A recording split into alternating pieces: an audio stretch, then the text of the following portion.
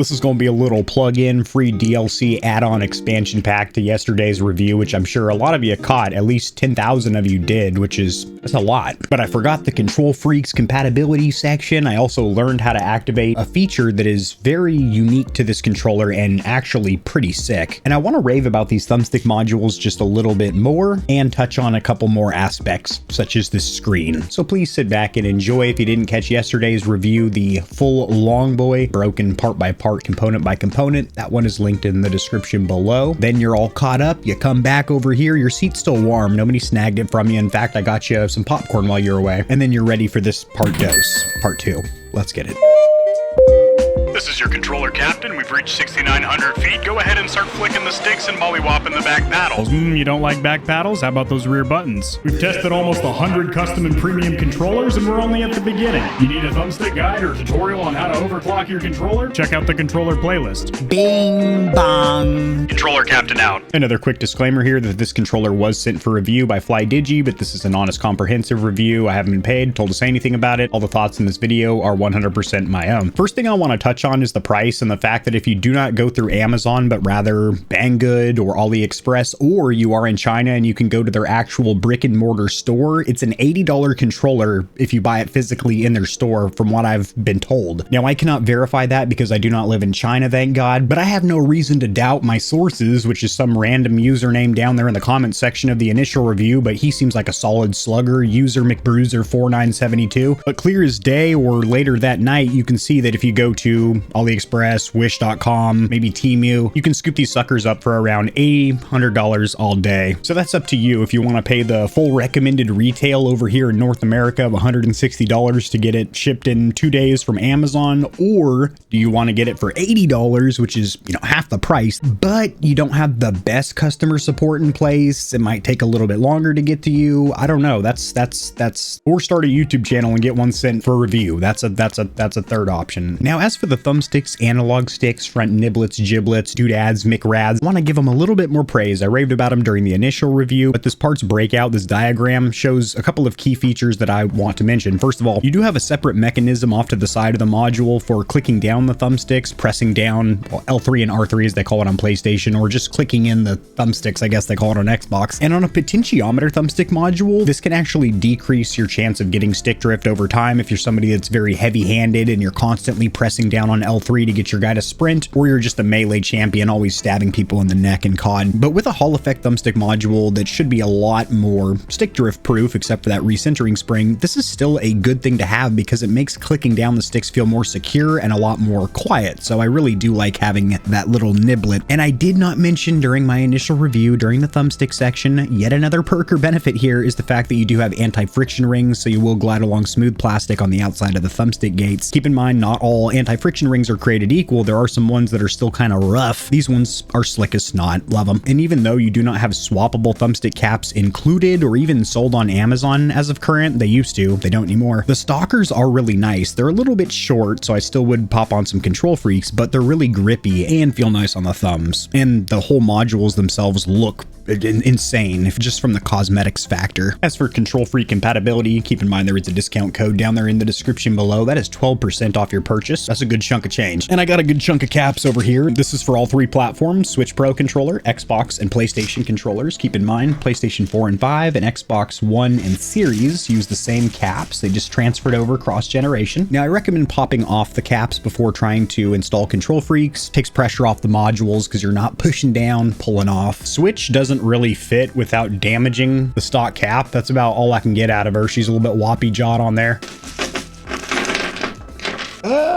Yeah, yeah. PlayStation ones work the best. You do still have to use a lot of elbow grease to get them on there. The Switch ones are a little bit too tight for me to deem them usable, and the Xbox ones absolutely not, because they're the smallest here and too small. But no KFs actually have proper compatibility with these bad boys, so I'd actually recommend just getting some kind of universal slip over from PlayVital or ExtremeRate. Those are linked in the description below as well. In the initial review, I mentioned that there was no ReWASD support or compatibility. That was a lie. Well, it wasn't a direct lie. I would never lie to the Stallions and Stallionettes. However, my ReWASD was out of date, and apparently I had automatic updates off. So yes, this does absolutely work, but it does say to switch into Android mode to get more features. So that's exactly what I'm going to do, because it is recognizing this as an Apex 1 or 2, but you know, it's the same beast at its core with a bunch of additional features bolted on. But if you put it into Android mode, you are going to have additional controls, two-dimensional gyro, and that is something that is important to note about ReWASD and FlyDigi controllers, is there has been some criticism, at least in the comment section, about the quality of the gyro and FlyDigi controllers, that it's not the most accurate or snappy or what have you. It's just not the best gyro motion aiming. And with ReWASD, you can actually calibrate and set up response curves, sensitivity curves for your gyro motion aiming. And a lot of PC players do that with ReWASD, have it running in the background. So the instructions for getting into Android is different with this controller. All these ones do not have a screen, so you actually have to hold down a combination of buttons. With this one, you're going to watch the previous review from yesterday with the screen tutorial, and you know exactly how to get into the connection modes and switch it over into Android and then click got it. Interesting, you actually can't, because those options are all grayed out when you are wired. But if you do connect to your motherboard via Bluetooth, you can switch it over into Android mode and get some more functionality from ReWASD. But we'll click got it for now. And if I click on vibrate,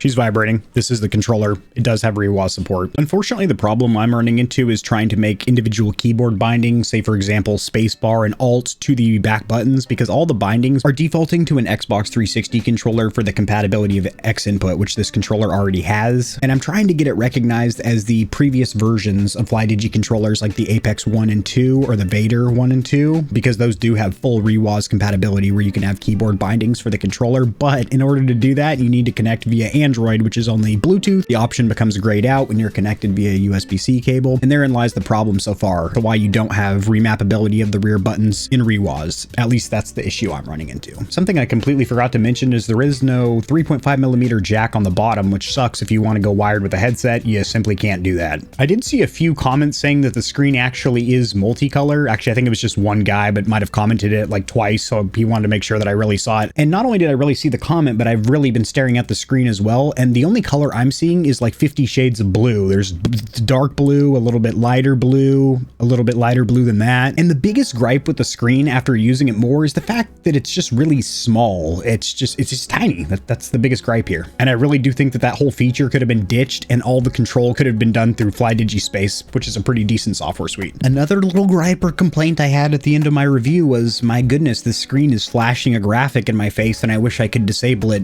You can, and it's over here in the screen section. Again, that busted ass eye syndrome really slowed me down the other day, but by default you have this one, but you can upload your own JPEGs, PNGs, etc. GIFs, even moving images. That's sick. And then hit apply. And you've got some default ones over here. Nice.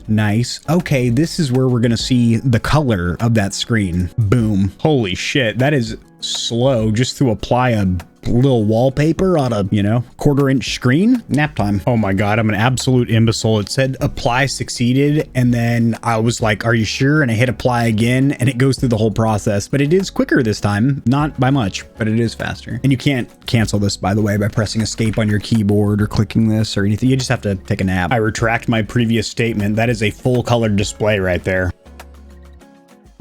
During my initial review, I was suffering from a medical condition called busted eye syndrome, where I could only see this section down here, but I was completely oblivious to the fact that there's more tabs up here. Since then, I've gotten some medicated eye drops from my primary care provider, which have revealed all these features to me, and we're now back on track. Please bear with me. There's some additional features we've got to go over because they're pretty sick. Coming over here to adaptive triggers, because that's one of the key features of this controller. It is by game. Now, as of now, there is very few supported games. One of the most notable ones that works perfectly, as in just like it would on the PS5, is going to be Overwatch. In order to get that working, it'd be cool if it was plug and play. You just had the controller plugged in and you would launch it through your launcher of choice, Steam, GOG, Epic, etc. You do have to launch it through the Space Station application in this adaptive trigger tab, and it has to be a supported game. You can find a list of supported games here, and once you find the game that you want to play that is supported, for example, Overwatch, click on adaptive, and then you're going to have some modes in the drop down over here, and then launch it through this platform. And lo and behold, you will have adaptive triggers on PC, and they do work pretty much identical to how like a PlayStation 5 DualSense works. Pretty sick, because up until now, there's a program called DSX that allows you to get adaptive triggers by plugging in a PS5 controller and then playing PS5 titles or any third-party game for that matter. It doesn't even have to be a Sony title, and you'd be able to get those adaptive triggers, but it didn't really work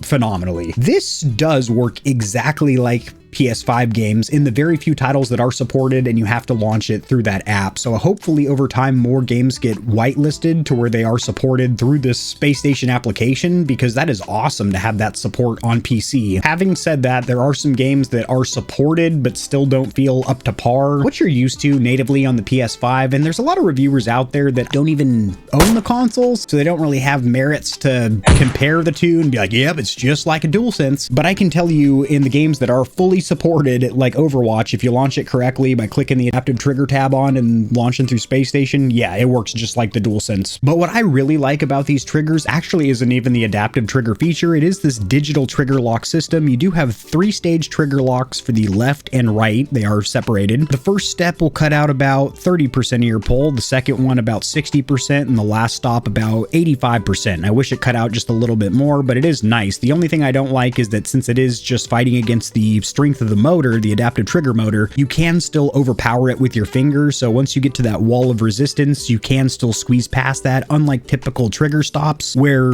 if you do that, you're breaking your controller, but there is a lot more resistance there stopping you. The triggers are actually stopping you from physically squeezing them any further. As we're here, you can kind of muscle through that electric motor in there. Having said that, being able to turn those on and off on the fly is really sick. I would still prefer, like I said during the initial review, to have the Vader 3's on-off trigger stops, which become a digital mouse click. I do prefer actually feeling that tactile click on my fingers, to where even if I'm wearing a headset, I still get that little tick on my finger that, yep, you just actuated that trigger, and it just feels nice. And being able to activate and deactivate them in a moment's notice on the back of the shell, it just feels a little more analog. Maybe I'm old school like that, than actually going through the tiny screen and selecting 3 modes. But I did want to point out that you do have 3-stage trigger stops, and they do work really good. Feature that I should have mentioned during the trigger section during the initial review. This would have been good to go over with my audience as well. Over here in the test tab, this is going to be a diagnostic tool, and this does happen in real time. As I squeeze the triggers, this is completely linear. Also, the adaptive trigger motors are engaged currently, so I get a really nice resistance as I squeeze them. It feels just, it's kind of a motor assisted feeling, because that's exactly what it is. I did misspeak during my initial review. I do not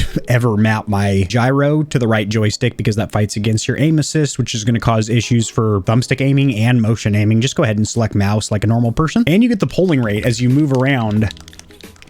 There we go. Yeah, over 1,000. And it shows your current connection method. They are wired via USB-C cable. And then over here, this looks a lot like PC configuration, and it is. It's damn near all the same customization except for your switch. So this is a quick part 2 follow-up to the FlyDigi Apex 3. Drop in the comment section below what you think of this gamepad. There was a lot of views, comments, a lot of positive reaction. A lot of people telling me I'm an idiot about the adaptive triggers in the last video. Appreciate all of it. Go enjoy your weekend, and I will see you Stallions and Stallionettes tomorrow.